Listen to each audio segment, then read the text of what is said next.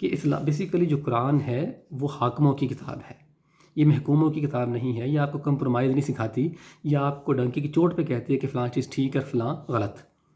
تو اس لیے اگر آپ اس کو انفیریئر سائیکالوجی کے ساتھ پڑھیں گے تو قرآن کو آپ کبھی سمجھ نہیں پائیں گے۔ اس لیے جو بھی اس کے احکامات ہیں ان کو سمجھیں، سمجھنے کے بعد لوگوں کو تبلیغ کریں، اپنی ایک فورس بنائیں، اور فورس بنانے کے بعد پھر اللہ تعالیٰ آپ کو ایک موقع دے گا تو پھر آپ اٹیک کریں۔ اٹیک کس طریقے سے ہم کر سکتے ہیں وہ ہم اس کے اوپر بعد میں باتیں کریں گے۔ پھر آپ صلی اللہ علیہ وسلم نے مدینہ میں جب غزوہ بدر کے مقام کے اوپر کفار سے آپ ٹکرائے اور اللہ تعالیٰ نے آپ کو فتح مبین دی، لیکن اس میں ایک اور چیز بڑی اہم ہے، وہ یہ ہے کہ جب دونوں لشکروں کا ٹکراؤ ہوا تو آپ صلی اللہ علیہ وسلم نے اپنے خاندان میں سے بندے آگے بھیجے۔ حضرت حمزہ آپ کے چچا تھے، حضرت علی آپ کے بھائی تھے، تو اپنے گھر سے آپ نے جہاد شروع کرنا ہے، اور اگر کوئی شہادت ہوتی ہے تو وہ آپ گھر سے ہونی چاہیے۔ ایسا نہیں ہے کہ آپ اپنے بچوں کو تو امریکہ میں اور یورپ میں پڑھائیں لیکن غریبوں کے بچوں کو آپ آگے جہاد کے لیے بھیج دیں اور ان کو وہاں پہ جا کے مروا دیں۔ آپ نے لیڈ کرنا ہے بائی ایگزامپل۔ اسی طریقے کے ساتھ اگر ہم کسی بھی پوسٹ کے اوپر ہیں تو جہاد جو ہے وہ صرف گولی کے ساتھ نہیں ہوتا، وہ جسی بھی فورم پہ آپ ہیں، جب آپ کو سمجھ لگے کہ اب ہمارے پاس کوئی اس طرح کی فورس تیار ہو گئی ہے، تو وہ آپ کے جتنے بھی لوگ ہیں جس بھی فورم پہ ہیں، چاہے وہ گورنمنٹ آفیسرز ہیں، چاہے وہ آفیشلز ہیں، یا وہ پرائیویٹ پرسنز ہیں، ان کو چاہیے کہ اپنے اپنے فورم کے اوپر حق کی آواز بلند کریں۔ ان کا باس، ان کا جو آنر ہے یا مالک ہے، کسی بھی کاروبار کر رہے ہیں وہ، یا کسی فیکٹری میں کام کرتے ہیں، یا کسی بھی گورنمنٹ آفس میں ہیں، وہ کسی بھی جو ایسے آرڈر کی تعمیل نہ کریں جن کا ٹکراؤ اسلام کے ساتھ ہو، جو آپ کی بیسک پرنسپلز ہیں جو ان کے خلاف ہو۔ ڈٹ جائیں، یہی جہاد ہے آپ کا۔ اور پھر یہ مت سوچیں کہ وہ آپ کو نوکری سے نکال دے گا، وہ آپ کی ٹرانسفر کر دے گا، وہ آپ کی انکوائری لگا دے گا، یا وہ آپ کو سسپینڈ کر دے گا۔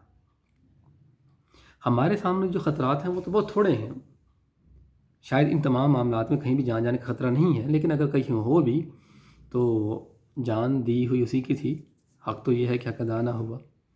تو بیسیکلی مدینہ میں جو ہمیں بات سمجھ میں آتی ہے وہ یہ ہے کہ جب آپ پاور گین کریں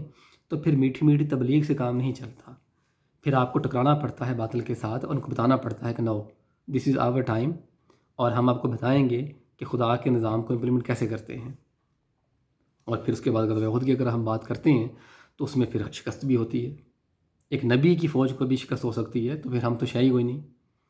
تو اس لیے اگر زندگی میں کوئی شکست ہو، شہادت ہو، یا کوئی آپ کی ٹرانسفر ہو، یا اس کے علاوہ اور کوئی آپ کو مالی یا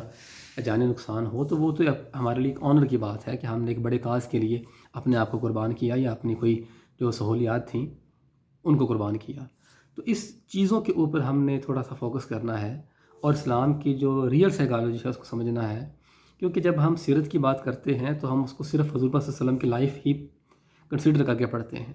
بیسیکلی سیرت کی جو کتاب ہے وہ سائیکالوجی کی کتاب ہے کہ حضور پاک صلی اللہ علیہ وسلم نے کن حالات میں کس طریقے کے ساتھ ریئیکٹ کیا، ہم نے بھی ویسے ریئیکٹ کرنا ہے۔ تو وہ سائیکالوجی اگر ہمارے ذہن میں بھی آ جائے گی تو معاملات بہت بدل جائیں گے۔ اس لیے جو باقی جو ٹاپکس ہیں ان کے ریلیٹڈ اس کے اوپر ہم بات کریں گے۔ ویڈیو جو ہے وہ کافی لمبی ہو چکی ہے، تو اس لیے ریکویسٹ آپ سے یہی ہے کہ فی الحال پاکستان کے اوپر ابو جہل کی، ابو سفیان کی، ابو لہب کی، ان تمام لوگوں کی جو ہے وہ اس وقت حکومت ہے، تو یہ ہمارا مکی دور ہی ہے۔ اس لیے فی الحال بجائے اس کے کہ سڑکوں پہ آ کے روڈز بلاک کر کے کوئی پروٹیسٹ کرنے کی بجائے کوئی سالڈ کام کریں، کیونکہ اسلام میں پروٹیسٹ نہیں ہے، اسلام میں محنت ہے، اور اس کے بعد پھر جہاد ہے، جنگ ہے۔ پروٹیسٹ ہمیشہ جو ہیں وہ کمزور لوگ کیا کرتے ہیں۔ حضور صلی اللہ علیہ وسلم نے کبھی بھی ایسا نہیں کیا کہ مشرکین مکہ نے آپ کے اوپر کوئی اٹیک کیا ہو یا کوئی آپ کے اوپر جنگ مسلط کی ہو تو آپ بینر لے کے اور پروٹیسٹ کرنے کے لیے آپ نے مکہ چلے گئے ہوں۔ تو اس لیے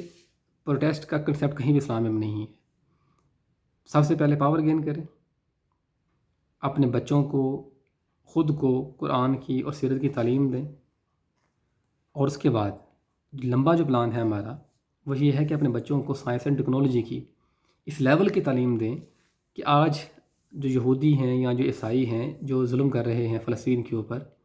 وہ صرف اپنی ٹیکنالوجی اور محنت کی وجہ سے ہے۔ انشاءاللہ نیکسٹ لیکچر میں آپ کو میں بتاؤں گا کہ یہ جو یہودی ہیں یہ کس طریقے سے اس پوائنٹ تک پہنچے ہیں، جو روتھ چائلڈ تھا وہ کون تھا، اور کس طریقے سے انہوں نے پھر پوری دنیا کی اکانومی کو اپنے ہاتھ میں لیا، اور اس کے بعد پھر وہ ٹیکنالوجی کی جو بلندی تک پہنچے ہیں، ان کے پیچھے 300-400 سال کی محنت ہے، اور ہماری 400-500 سال کی آپ کہہ لیں کہ عیاشیاں ہیں، کوتاہیاں ہیں، بغیرتیاں ہیں، جس کی وجہ سے جس کا جو آپ کہہ لیں خمیازہ ہے وہ ہمارے فلسطین کے چھوٹے چھوٹے بچے بھگت رہے ہیں۔ یہ پوری امت کا آپ سمجھنے کہ فیلئر ہے، اور ان کی جو بغیرتی کا اور سستی کا نتیجہ یہ نکلا کہ ان کی جو سزا ہے وہ ان معصوم بچوں کو مل رہی ہے جو غزہ میں ہے، اور یا پھر جو یمن میں سعودی عرب کر رہا ہے۔ تو یہ سارے وہ معاملات ہیں، انشاءاللہ اس کے اوپر ہم بعد میں بات کریں گے، لیکن فی الحال پوائنٹ کی بات ہے وہ یہی ہے کہ حضور صلی اللہ علیہ وسلم کی لائف کو غور سے پڑھیں اور اس کو خود انٹرلیٹ کریں اپنی لائف کے ساتھ، اور پھر اپنے مکی دور سے جتنی جلدی ہو سکے نکلنے کی کوشش کریں، اور مدنی دور میں جو پھر کرنے والے کام ہیں وہ کریں۔ بہت شکریہ۔